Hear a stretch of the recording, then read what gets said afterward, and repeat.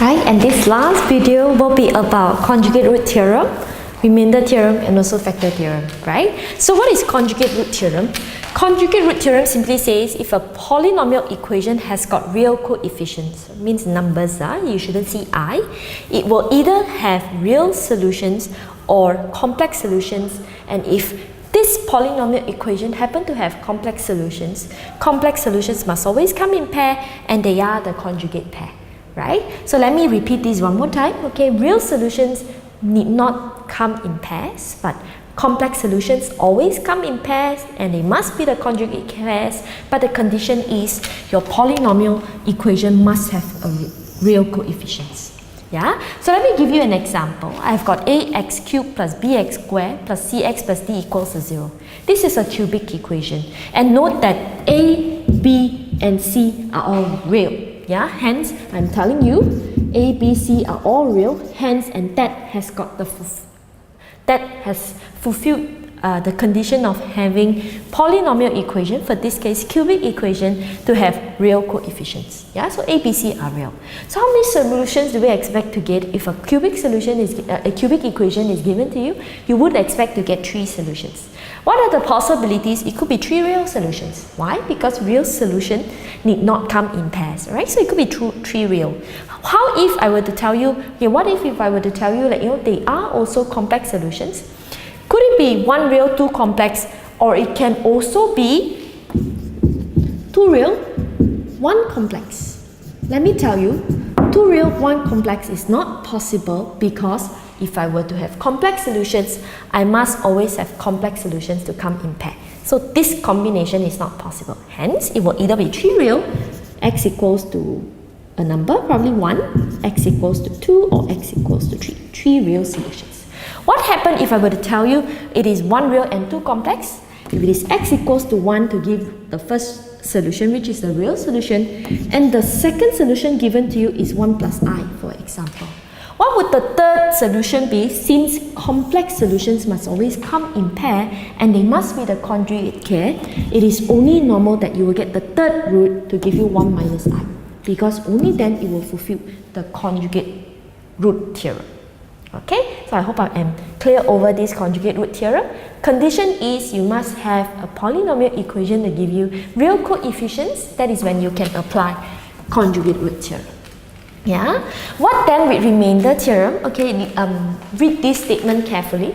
If Pz is a polynomial equation, if Pz is divided by z minus a, then remainder will be Pa. If there is remainder should be Pa. Let's look at one example. Pz equals to z squared plus 3z minus 7. This is my polynomial equation, and it is a quadratic equation.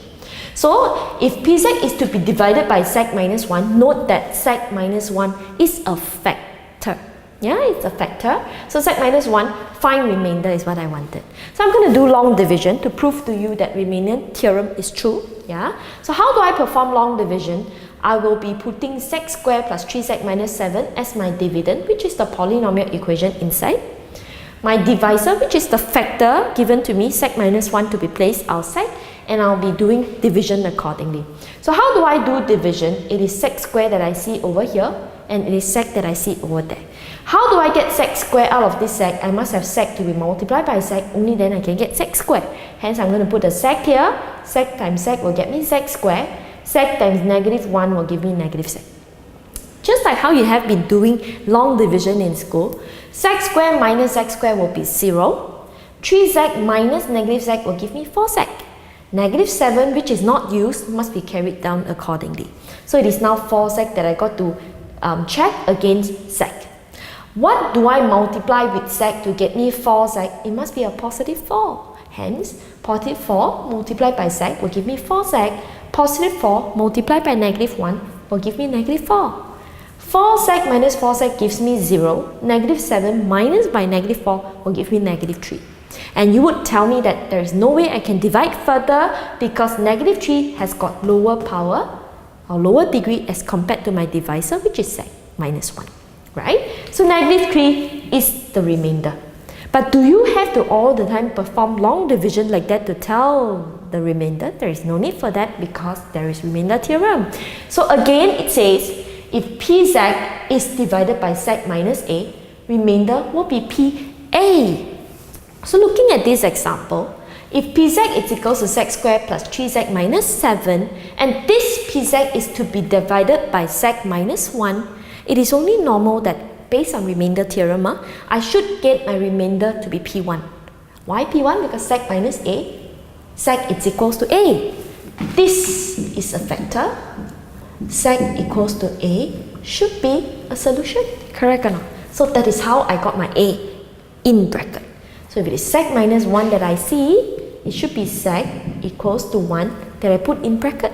So if it's p1, 1 square plus 3 times 1 minus 7 will give me negative 3. Right? So to look for remainder, there is no need for long division to come in, but remainder theorem is what you use. Okay? So what then is factor theorem? Okay? Read this statement carefully. If z minus a is a factor of pz, then pa is equals to 0.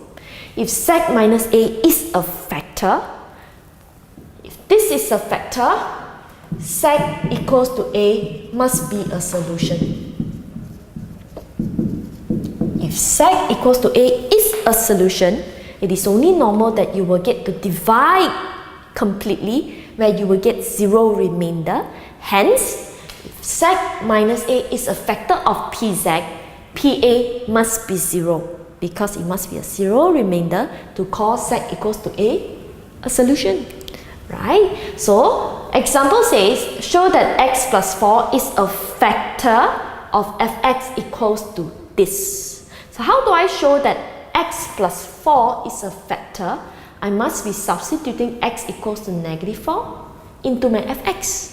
So f equals to negative 4 into fx means I should have 6 multiplied by negative 4 to the power of 3 plus 23 negative 4 to the power of 2, and accordingly do simplification, and that is when you will get 0. The moment you could prove that a polynomial is equivalent to 0, that is when you can safely say that the given factor is a factor of px, of fx for this case. Right? I hope you understand conjugate root theorem, remainder theorem, and also factor theorem accordingly by now.